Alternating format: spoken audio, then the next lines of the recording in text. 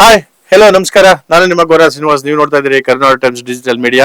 ಬಹಳ ಮುಖ್ಯವಾಗಿ ನೀವೆಲ್ಲರೂ ಕಾತರದಿಂದ ಕಾಯ್ತಾ ಇರುವಂತಹ ಬಹುತೇಕ ಡಿಕೆಶಿ ಅಭಿಮಾನಿಗಳು, ಕಾಂಗ್ರೆಸ್ ಕಾರ್ಯಕರ್ತರು, ಕಾಂಗ್ರೆಸ್ ಪಕ್ಷದ ಅಭಿಮಾನಿಗಳು, ಬಹಳ ಮುಖ್ಯವಾಗಿ ಬಹುತೇಕ ಎಲ್ಲಾ ಪಕ್ಷಗಳ ಒಕ್ಕಲಿಗ ಸಮುದಾಯದ ಎಲ್ಲರೂ ಕಾಯುತ್ತಿರುವಂತಹ ಕಾತರದ ಸಮಯ ಆದಷ್ಟು ಬೇಗ ನಿಮ್ಮ ಮುಂದೆ ಬರ್ತಾ ಇದೆ. ಡಿ.ಕೆ. ಶಿವಕುಮಾರ್ ಅವರು ಮುಖ್ಯಮಂತ್ರಿ ಆಗಿ ಪದಗ್ರಹಣವನ್ನ ಮಾಡ್ತಾ ಇರುವಂತಹ ಸನ್ನಿವೇಶ ಬಹಳ ಹತ್ತಿರದಲ್ಲೇ ಇದೆ.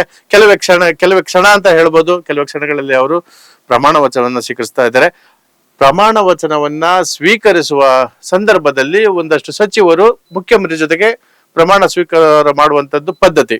ಈಗ ಆಲ್ರೆಡಿ ಹಲವಾರು ಸಂದರ್ಭಗಳನ್ನ ತಾವು ಗಮನಿಸಿದಾಗ ಡಿ.ಕೆ. ಶಿವಕುಮಾರ್ ಡಿ.ಸಿ.ಎಂ ಆಗಿದ್ದಂತಹ ಡಿ.ಕೆ. ಶಿವಕುಮಾರ್ ಸಿಎಂ ಆಗ್ತಾ ಇರ್ಬೇಕಾದ್ರೆ, ಹಾಗೆ ಸಿಎಂ ಆಗಿದ್ದಂತಹ ಸಿದ್ದರಾಮಯ್ಯರು ಸಹ ಒಂದೇ ವಿಮಾನದಲ್ಲಿ ಜೊತೆಯಲ್ಲೇ ಹೋಗಿದ್ರು ಸಹ 2 ಪಟ್ಟಿಗಳನ್ನ ಹೈಕಮಾಂಡ್ಗೆ ತಲುಪಿಸಿದ್ರು ಅನ್ನುವಂತ ಮಾಹಿತಿನ ತಾವೆಲ್ಲ ಗಮನದಲ್ಲಿ ಇಟ್ಕೊಂಡಿದ್ದೀರಿ. ಅದೆಲ್ಲ ಮತ್ತೆ ಒತ್ತಿ ಹೇಳುವಂತಹ ಪ್ರಸಂಗ ಏನಲ್ಲ.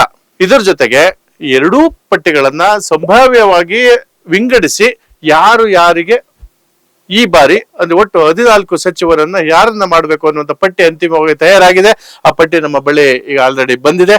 ಆದ್ರೆ ಅದಕ್ಕೆ ಒಂದಷ್ಟು ಊಹಾಪೋಹಗಳು ಇಲ್ಲ ಉಂಟು ಅನ್ನೋದೆಲ್ಲ ಬರ್ತಾ ಇದೆ. ಆದ್ರೆ ಅಧಿಕೃತವಾಗಿ ಖಂಡಿತವಾಗ್ಲೂ ಇಷ್ಟೇ, ಬಹುತೇಕ 1-2 ಹೆಚ್ಚು ಕಮ್ಮಿ ಆಗ್ಬೋದು ವಿನಃ, ಅಥವಾ ಆಗದೇನೂ ಇರಬಹುದು. ನಮ್ಮ ಪ್ರಕಾರ 14 ಸಚಿವರು ಪ್ರಮಾಣ ವಚನವನ್ನ ಇಂದು 4 ಗಂಟೆಗೆ ಪ್ರಮಾಣ ವಚನ ಸ್ವೀಕರಿಸಲು ರೆಡಿಯಾಗಿದ್ದಾರೆ. ಯಾರ್ಯಾರು ಅಂತ ಹೇಳ್ತೀವಿ ಕೇಳಿ. ಕನಕಪುರದ ಬಂಡೆ ಎಂದ ಪ್ರಸಿದ್ಧಿಯಾದ ಡಿ.ಕೆ. ಶಿವಕುಮಾರ್ ಅವರು ಡಿ.ಸಿ.ಎಂ ಆದ ನಂತರ ಪ್ರಪ್ರಥಮ ಬಾರಿಗೆ ಪ್ರಮಾಣ ವಚನವನ್ನು ಸ್ವೀಕರಿಸುವ ಮೂಲಕ ಮುಖ್ಯಮಂತ್ರಿ ಆಗ್ತಾ ಇದ್ದಾರೆ. ಇನ್ನೊಂದು ವಿಶೇಷ ಏನು ಅಂತ ಅಂದ್ರೆ, ನಮ್ಮ ಜಿಲ್ಲೆ ಬೆಂಗಳೂರು ಗ್ರಾಮಾಂತರ ಜಿಲ್ಲೆ, ತದನಂತರ ರಾಮನಗರ ಜಿಲ್ಲೆ, ಈಗ ಬೆಂಗಳೂರು ದಕ್ಷಿಣ ಜಿಲ್ಲೆ, ಒಟ್ಟು 5 ಮುಖ್ಯಮಂತ್ರಿಗಳನ್ನ ರಾಜ್ಯಕ್ಕೆ ಕೊಟ್ಟಂತಹ ಏಕೈಕ ಜಿಲ್ಲೆ. ಇದು ಬಹಳ ವಿಶಿಷ್ಟವಾದಂತದ್ದು. ಅಂತ ಜಿಲ್ಲೆಯಲ್ಲಿ 5ನೇ ಮುಖ್ಯಮಂತ್ರಿಯಾಗಿ ಅದರ ಇನ್ನೂ ಮತ್ತಷ್ಟು ವಿಶೇಷ ಏನಪ್ಪಾ ಅಂತಂದ್ರೆ, ಬೆಂಗಳೂರು ದಕ್ಷಿಣ ಜಿಲ್ಲೆ ಆದ ನಂತರ ಪ್ರಪ್ರಥಮ ಮುಖ್ಯಮಂತ್ರಿ ಅಂತ ಹೇಳಿದ್ರು ತಪ್ಪಾಗ್ಲಾರ್ದು. 5 ಜನ ಮುಖ್ಯಮಂತ್ರಿಗಳನ್ನ ಕೊಟ್ಟಂತ ಈ ಜಿಲ್ಲೆಯಲ್ಲಿ ಅವರು ಸಹ ಮುಖ್ಯಮಂತ್ರಿ ಆಗ್ತಾ ಇದ್ದಾರೆ.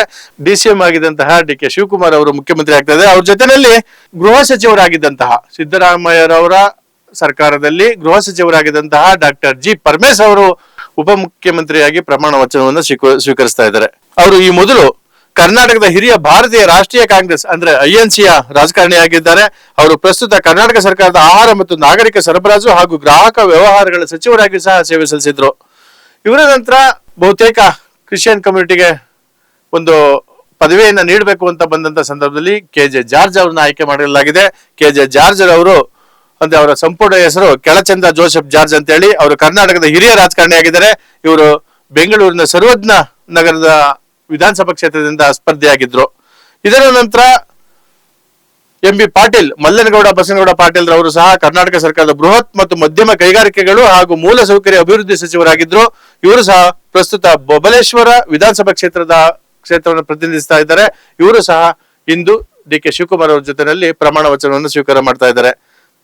ಹಾಗೆ ರಾಮಲಿಂಗಾರೆಡ್ಡಿ ಅವರು ಹಿರಿಯ ರಾಜಕಾರಣಿ, ಜೊತೆಗೆ ನಮ್ಮ ಅವತ್ತಿನ ರಾಮನಗರ, ಇಂದಿನ ಬೆಂಗಳೂರು ದಕ್ಷಿಣ ಜಿಲ್ಲೆಯ ಉಸ್ತುವಾರಿ ಸಚಿವರು ಸಹ ಆಗಿದ್ರು. ಪ್ರಸ್ತುತ ಸಾರಿಗೆ ಮತ್ತು ಮುಜಾಯಿ ಸಚಿವರಾಗಿ ಸೇವೆ ಸಲ್ಲಿಸ್ತಾ ಇದ್ದಾರೆ. ಇವರು ಸಹ ಭಾರತೀಯ ರಾಷ್ಟ್ರೀಯ ಕಾಂಗ್ರೆಸ್ನ ಪ್ರಭಾವಿ ನಾಯಕರಾಗಿದ್ದಾರೆ.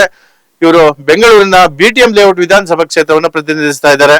ಹಾಗೆ ಶ್ರೀ ಸತೀಶ್ ಜಾರಕಿಹೊಳಿ ಅಂದ್ರೆ ಶ್ರೀ ಸತೀಶ್ ಲಕ್ಷ್ಮಣರಾವ್ ಜಾರಕಿಹೊಳಿ, ಇವರು ಸಹ ಕರ್ನಾಟಕದ ಪ್ರಭಾವಿ ರಾಜಕಾರಣಿಯಾಗಿದ್ದಾರೆ. ಪ್ರಸ್ತುತ ಸಿದ್ದರಾಮಯ್ಯ ನೇತೃತ್ವದ ಸರ್ಕಾರದಲ್ಲಿ ಲೋಕೋಪಯೋಗಿ ಅಂದ್ರೆ PWD ಇಲಾಖೆಯ ಸಚಿವರಾಗಿ ಮತ್ತು ಬೆಳಗಾವಿ ಜಿಲ್ಲಾ ಉಸ್ತುವಾರಿ ಸಚಿವರಾಗಿ ಸಹ ಇವರು ಕಾರ್ಯನಿರ್ವಹಿಸ್ತಾ ಇದ್ರು.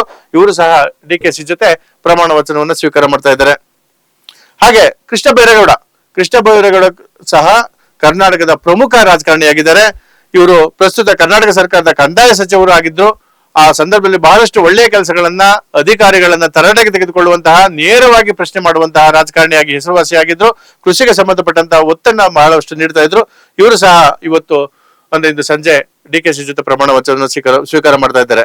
ಹಾಗೆ ಪ್ರಿಯಾಂಕಾ ಮಲ್ಲಿಕಾರ್ಜುನ ಖರ್ಗೆ, ಇವರು ಸಹ ಈ ಹಿಂದೆ ಭಾರತೀಯ ರಾಜಕಾರಣಿ, ಜೊತೆಗೆ ಕಾಂಗ್ರೆಸ್ನ ಒಬ್ಬ ಭಾರತೀಯ ರಾಜಕಾರಣಿ ಮತ್ತು ಕರ್ನಾಟಕ ಸರ್ಕಾರದಲ್ಲಿ ಕ್ಯಾಬಿನೆಟ್ ಸಚಿವರಾಗಿ ಅವರು ಸೇವೆಯನ್ನು ಸಲ್ಲಿಸ್ತಾ ಇದ್ರು. ಅವರು ಕರ್ನಾಟಕದ ಕಲಬುರಗಿ ಜಿಲ್ಲೆಯ ಚಿತ್ತಾಪುರ ಕ್ಷೇತ್ರದಿಂದ 3 ಬಾರಿ ಅವರು ಆಯ್ಕೆಯಾಗಿ ವಿಧಾನಸಭಾ ಸದಸ್ಯರಿಗೆ ಆಯ್ಕೆಯಾಗಿದ್ರು. ಈ ಬಾರಿ ಅವರು ಡಿ.ಕೆ.ಸಿ ಜೊತೆನಲ್ಲಿ ಪ್ರಮಾಣ ವಚನವನ್ನು ಸ್ವೀಕಾರ ಮಾಡ್ತಾ ಇದ್ದಾರೆ. ಯು.ಟಿ. ಖಾದರ್ ಬಹಳ ವಿಶೇಷವಾದಂತಹ ವ್ಯಕ್ತಿ. ಮುಸ್ಲಿಂ ಸಮುದಾಯಕ್ಕೆ ಸಂಬಂಧಪಟ್ಟಂತೆ ಒಂದು ಸಚಿವ ಸ್ಥಾನ ಬೇಕು ಅಂತ ಅಂದಾಗ UT ಖಾದರ್ ಅವರನ್ನ ಆಯ್ಕೆ ಮಾಡಿಕೊಳ್ಳಲಾಗಿದೆ. ಇವರು ಸಹ ಕರ್ನಾಟಕ ಸರ್ಕಾರದ ವಿಧಾನಸಭೆಯ 17ನೇ ಸ್ಪೀಕರ್ ಆಗಿ ಇವರು ಕೆಲಸ ಮಾಡ್ತಾ ಇದ್ರು. ಈಗ ಪ್ರಸ್ತುತ ಸಚಿವರಾಗಿ ಪ್ರಮಾಣ ವಚನವನ್ನು ಸ್ವೀಕಾರ ಮಾಡ್ತಾ ಇದ್ದಾರೆ. ಹಾಗೆ ಈಶ್ವರ್ ಭೀಮಣ್ಣ ಖಂಡ್ರೆ ಅವರು ಕರ್ನಾಟಕ ಸರ್ಕಾರದ ಪ್ರಭಾವಿ ರಾಜಕಾರಣಿ. ಇವರು ಸಹ ಪ್ರಸ್ತುತ ಅರಣ್ಯ ಮತ್ತು ಪರಿಸರ ಹಾಗೂ ಜೀವಿಶಾಸ್ತ್ರ ವಿಭಾಗದಲ್ಲಿ ಸಚಿವರಾಗಿ ಕಾರ್ಯನಿರ್ವಹಿಸ್ತಾ ಇದ್ರು. ಅವರು ಸಹ DKC ಜೊತೆ ಇಂದು ಪ್ರಮಾಣ ವಚನವನ್ನು ಸ್ವೀಕಾರ ಮಾಡ್ತಾ ಇದ್ದಾರೆ. ಹಾಗೆ ಯತೀಂದ್ರ ಸಿದ್ದರಾಮಯ್ಯ ಅವರು ಸಹ ಪ್ರಸ್ತುತ ಕರ್ನಾಟಕ ವಿಧಾನ ಪರಿಷತ್ತಿನ MLC ಆಗಿದ್ದಾರೆ. ಅವ್ರನ್ನು ಸಹ ಕೊನೆಯದಾಗಿ 14ನೇ ಸಚಿವರಾಗಿ ಇಂದಿನ ಪ್ರಮಾಣ ವಚನದಲ್ಲಿ ಅವ್ರನ್ನು ಸಹ DKC ಅವ್ರ ಜೊತೆ ಪ್ರಮಾಣ ವಚನವನ್ನು ಸ್ವೀಕಾರ ಮಾಡ್ತಾ ಇದ್ದಾರೆ. ಅವ್ರ ಜೊತೆಗೆ ಬೈರತಿ ಸುರೇಶ್ ಹಾಗೂ ಶರಣ್ ಪ್ರಕಾಶ್ ಪಾಟೀಲ್ ಇವರು ಸಹ ಕರ್ನಾಟಕ ಸರ್ಕಾರದಲ್ಲಿ ಹಿಂದೆ ಸಚಿವರಾಗಿ ಕಾರ್ಯವನ್ನು ನಿರ್ವಹಿಸ್ತಾ ಇದ್ರು. ಅವರು ಸಹ ಇಂದು ಪ್ರಮಾಣ ವಚನವನ್ನು ಸ್ವೀಕಾರ ಮಾಡ್ತಾ ಇದ್ದಾರೆ. ಬಹುತೇಕ ನಾವು ಏನು 14 ಮಂದಿಯ ಸಂಪೂರ್ಣ ವಿವರವನ್ನ ಹೇಳಿದ್ವೋ 100ಕ್ಕೆ 99ರಷ್ಟು ಖಚಿತವಾಗಿ ನಾವು ಹೇಳ್ತಾ ಇದ್ದೀವಿ. ಇವರಿಷ್ಟು ಜನ DK ಶಿವಕುಮಾರ್ ಅವ್ರ ಜೊತೆಯಲ್ಲಿ ಪ್ರಮಾಣ ವಚನವನ್ನು ಇಂದು ಸ್ವೀಕಾರ ಮಾಡ್ತಾ ಇದ್ದಾರೆ. ಉಳಿದ ಸ್ಥಾನಗಳನ್ನ ಹಂತ ಹಂತವಾಗಿ ತುಂಬಲಾಗುತ್ತದೆ. ಬಹಳ ವಿಶೇಷ ಮತ್ತು ವಿಶಿಷ್ಟ ಏನಪ್ಪಾ ಅಂತಂದ್ರೆ ಒಂದು ಮನವಿಯನ್ನ ಅವರು ಕೊಟ್ಟಿದ್ದಾರೆ ಅನ್ನೋದು ನಮ್ಮ ಗಮನದಲ್ಲಿದೆ. 60 ವರ್ಷ ಒಳಪಟ್ಟ ರಾಜಕಾರಣಿಗಳಿಗೆ ನಾವು ಪದವಿಯನ್ನ ಅಂದ್ರೆ ಮಂತ್ರಿ ಸ್ಥಾನವನ್ನ ನೀಡಬೇಕು ಅನ್ನುವಂತ ಒಂದು ಪ್ರಬಲ ಆಕಾಂಕ್ಷೆಯನ್ನ ಸರ್ಕಾರ ಇಟ್ಕೊಂಡಿದೆ ಅನ್ನೋದು ನಮ್ಮ ಗಮನದಲ್ಲಿದೆ. ಇದು ಅವಶ್ಯಕತೆನೂ ಹೌದು.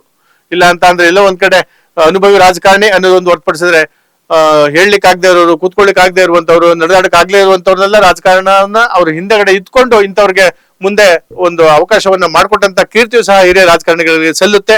ಇಂಥ ಸಂದರ್ಭದಲ್ಲಿ 60 ವರ್ಷ ಒಳಪಟ್ಟು ಅಥವಾ ಇನ್ನೂ ಕಡಿಮೆ ಇದ್ರೂ ಒಳ್ಳೆ ಉತ್ತಮವಾದಂತಹ ವಾತಾವರಣ ನಿರ್ಮಾಣವಾಗುತ್ತೆ.